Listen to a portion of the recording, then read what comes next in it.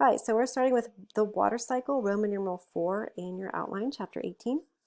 So the water cycle is how water cycles around the earth. So water can travel around the planet in different ways and we'll take a look at those, but human activities have affected the water cycle by destroying forests and by pumping large amounts of groundwater for the surface. So let's take a look at that. So this is a good diagram to know. So let's take a look at the water on the planet. The water is found in our oceans as salt water. The water is found as fresh water on land in the forms of rivers and lakes and streams. So the water on land, let's just talk about how water goes up into the atmosphere. So there's two words here, evaporation and transpiration. Evaporation is water evaporating from the surface of the earth, right? Because it's of the warmth. So water evaporates. So you can see the really large blue arrow here coming from the oceans. That means that there's a lot of evaporation happening at the oceans. And there's also some evaporation coming from the surface water. There's not a lot, but there is, right? So most of our evaporation comes from the ocean.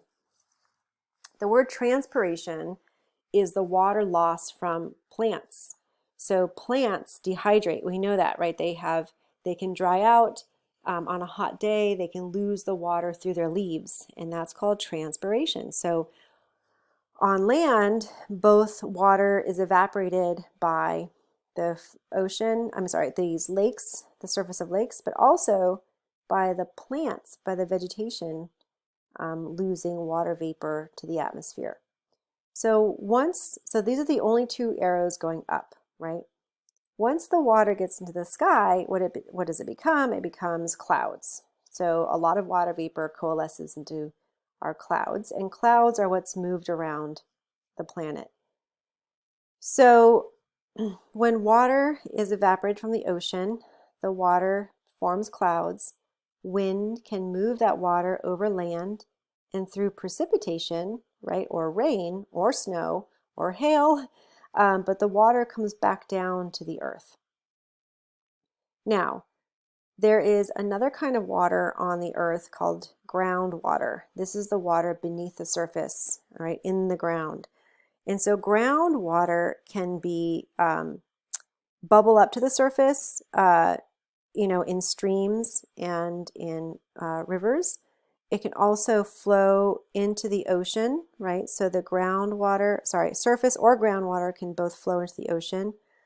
But in order to recharge that groundwater, so as the groundwater is coming up or being lost, how do we replace the groundwater?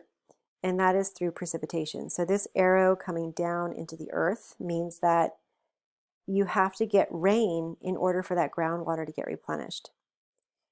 So if you're a person who lives in a house that has a well, right? There's a community that lives maybe far away from an ocean or a lake or a stream, and they have to rely on groundwater to pump out of the earth to help them get their water. That community is dependent on rain to recharge their groundwater. If they have a drought and they're constantly pumping their groundwater out and there's nothing coming back in, there's no rainfall, that community is going to be in big trouble because they're going to pump their groundwater dry, and if there's no rain coming, they can't replenish it. So that's why droughts are really, really scary for some places that don't have another water source. They depend on groundwater.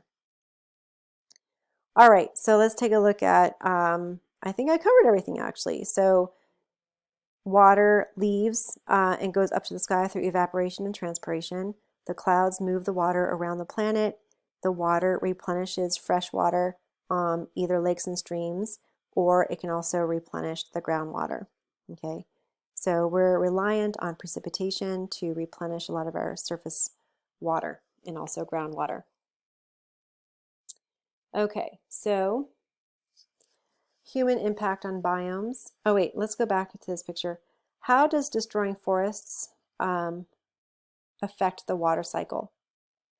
Right, so you took away the forests, then you're going to take away the transpiration. And so you're going to get less water coming into the atmosphere, which means maybe less precipitation somewhere else. Or if you pump a large amount of groundwater to the surface for irrigation, right? So if you're using this groundwater, you're pumping it up to the surface, you're going to be losing that groundwater. And so it can go dry unless it's recharged by precipitation. So we're just augmenting, we're changing the amount of water on the planet where it's distributed. So what is the human's impact on biomes? There's a word that's been used a lot now, sustainable, like sustainably living. Sustainability is the goal of developing and managing and conserving the Earth's resources in ways that meet the needs of people today, but without compromising the ability of future generations to meet their needs. So to live sustainably or to use our resources sustainably is to use them. We're not going to not use them. We have to use them, like fresh water. We have to use fresh water, but we're going to use it in a way that we're going to ensure there's enough water that's not contaminated for future generations, right? So we need to be thinking about recycling water. We need to think about not putting contaminants or pollutants in the water. So the human impact on activities on fresh water is really worrisome. They may pose an even greater threat on life on Earth and then to damage than the terrestrial ecosystem. So the land ecosystems are in trouble. I was talked about a lot of things the issues that are coming up with land, but the freshwater is really in danger of running out. This is an example of human impact on ecosystems. So this is 1975. Forest was virtually intact. This is in Brazil. And then in 2001, after a paved highway goes through the region, we have people coming in, deforesting the area for, building homes and different things like that, or maybe even for agriculture. But it's rapidly changing. So this is human, right? So there's, we are impacting the planet in big ways. Freshwater, there's in Las Vegas, the population of Clark County is one example of a city whose water resources are very, very stressed by drought and overuse. They rely on the water in Lake Mead. Lake Mead has dropped drastically, and the cities and farms that depend on the water need to get water elsewhere. They're pleading for more water. So I'll just show you this 1973 area of Las Vegas, and then in 2000. So you can see how much green there is in an area that didn't support green. So all this green land came from irrigation, right? You had to pump water in to get the areas to grow. And so it's a really huge water use area where really it shouldn't be. It should be it's basically a desert, right? So that's the human impact there. We're using fresh water to support the growth of this city. Okay, so other things here, greenhouse gases. So global climate change, you want to know the 3 greenhouse gases, which is carbon dioxide, water vapor, and methane. They're called greenhouse gases because they hold heat on the planet. So let me show you. This is a greenhouse. What a greenhouse is a structure built to have a warm tropical environment so that you can have plants grow year-round. So if there's winter outside, the plants don't know it's nice and warm in here. So greenhouse effect means that when sunlight comes into the Earth's atmosphere, usually some of that is trapped because of the Earth's atmosphere, but then some of it is lost back into space, so it bounces off into space again. But the more greenhouse gases you have in the atmosphere, the more heat's going to get trapped on the planet, and that's going to warm the planet, right? So I'm sure a lot of you guys have heard this or know this. So the greenhouse gases, you really want to watch how much greenhouse gases we're making, and this is a graph of the carbon dioxide output. So you can see a huge spike and this is continuing to go up. It's just an alarming amount of carbon dioxide put into the atmosphere every year. So overall, what's happening is, actually, let me go back to this picture here, right? So carbon dioxide, water, you can't do anything about water. Water is a greenhouse gas, but there's nothing you can do about that. Methane is also something that's produced. Remember we talked about methanogens in cows and how methane is produced in their gut. So methane is a greenhouse gas, and you can cut down on methane by cutting down on eating meat like cows, right? You can stop supporting that. But it's pretty natural as well, so it's hard to control the amount of methane. But carbon dioxide is one of the greenhouse gases that we can really control the emissions of, because this is primarily a byproduct of combustion, and we can really control this. So when they talk about greenhouse gas emissions, they're really talking about carbon dioxide. All right, so because we're releasing a lot of carbon dioxide in the environment from combustion, from driving and using airplanes, and anything that burns gas is going to release CO2. Large factories and plants and things that make products are going to use a lot of carbon dioxide. Using electricity can also emit carbon dioxide. So it's hard to get around emitting carbon dioxide in a modern society, but you can limit it.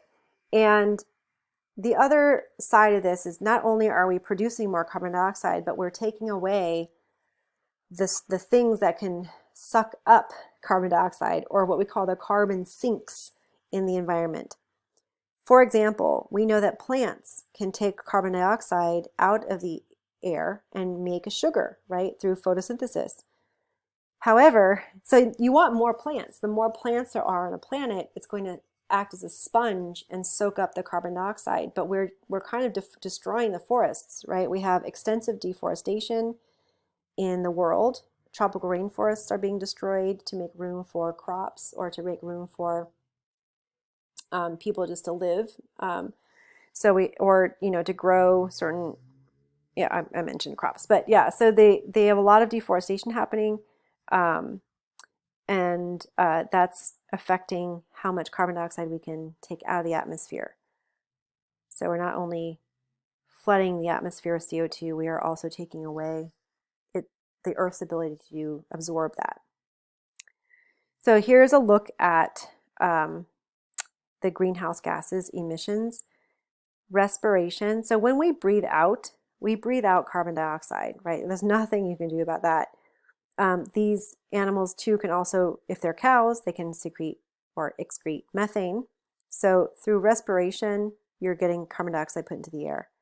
Combustion of fossil fuels is the major route we are contributing carbon dioxide into the atmosphere. And remember, carbon dioxide is in the ocean. So remember how extra carbon dioxide in the ocean can cause the ocean to become acidic. So the ocean is actually a two-way street with carbon dioxide. It does give off some carbon dioxide. But if you look at the other arrow, the ocean takes in carbon dioxide. It can absorb the extra carbon dioxide in the air. And photosynthesis is another absorbing carbon sink, right? So I'm using the term carbon sink. So both the ocean and photosynthesis are ways that we can, the carbon dioxide gets out of the atmosphere. It's bad for the oceans, right? Because the oceans can change the pH, because carbon dioxide becomes carbonic acid, and it causes the oceans to become acidified. And then this photosynthesis sink, we are destroying our forests. So it's going to take a while for, it's going to take a concerted effort, a global effort, to really get carbon emissions under control. And of course, it's not equal. There are some countries, namely the United States, which are huge greenhouse gas emitters. And we need to have leadership and global leadership to really address this issue, a very serious issue that is very, very real, right? And I'm sure a lot of you guys have heard of these issues in the news recently. So looking to our future, Emissions of greenhouse gases continue to rise, even during this time where not a lot of people are driving places during our quarantine. They found that the greenhouse gas emissions has dipped a dramatic amount, 8%, but it's not enough to curb the upward spiral of carbon dioxide overall. So even though this is a little blip, a little sag in the carbon dioxide emission, it's not enough to curb the to mitigate global warming, sadly. In the United States, for example, the total emissions went up 13% from 1990 to 2008. And so we need to think about there's something to think about called your carbon footprint. The amount of greenhouse gas emitted as a result of the actions of a single individual is that person's carbon footprint. So how much you put into the atmosphere yourself. Let me say this, that everybody should take responsibility in trying to limit their carbon footprint. However, we're such a small drop in the bucket. We really need to change companies and governments' minds in order to really make a huge change in the carbon footprint of a country, let's say. We can only do so much in our daily lives. We have to put our voices into electing officials, or you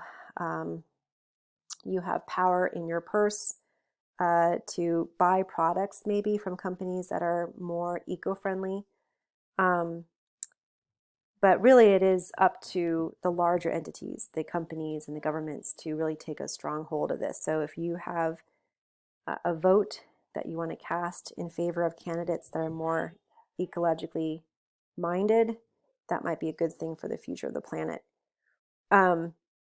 So we can reduce our carbon footprints by reducing our electricity use. We can drive less, we can recycle more, we can buy locally grown crops, because if you buy things from other states or other countries, they needed to put that on a truck, drive the truck to the airplane, load it up on the airplane. The airplane flies across the planet.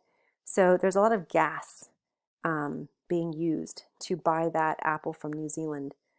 But if you bought something that was made in the Coachella Valley, it's a lot less, right? So you want to try and buy locally as you can. And just have it in the back of your mind, if you're at the store and you have some apples that are from New Zealand and some apples that are from Washington State, go for the ones from Washington State. You're making a nice, ecologically sound decision, right? Oh, that's it. So I'm going to have a little extra credit exercise in terms of the ecology unit to look out for. But that is it. And I have some questions here that you guys are welcome to look at. 1, 2, 3, 4, 5, 6, 7, 8, 9, and then the answers on the next slide. So here's the answers to the questions, and you can take your time and do those yourself. So that's the end of chapter 18.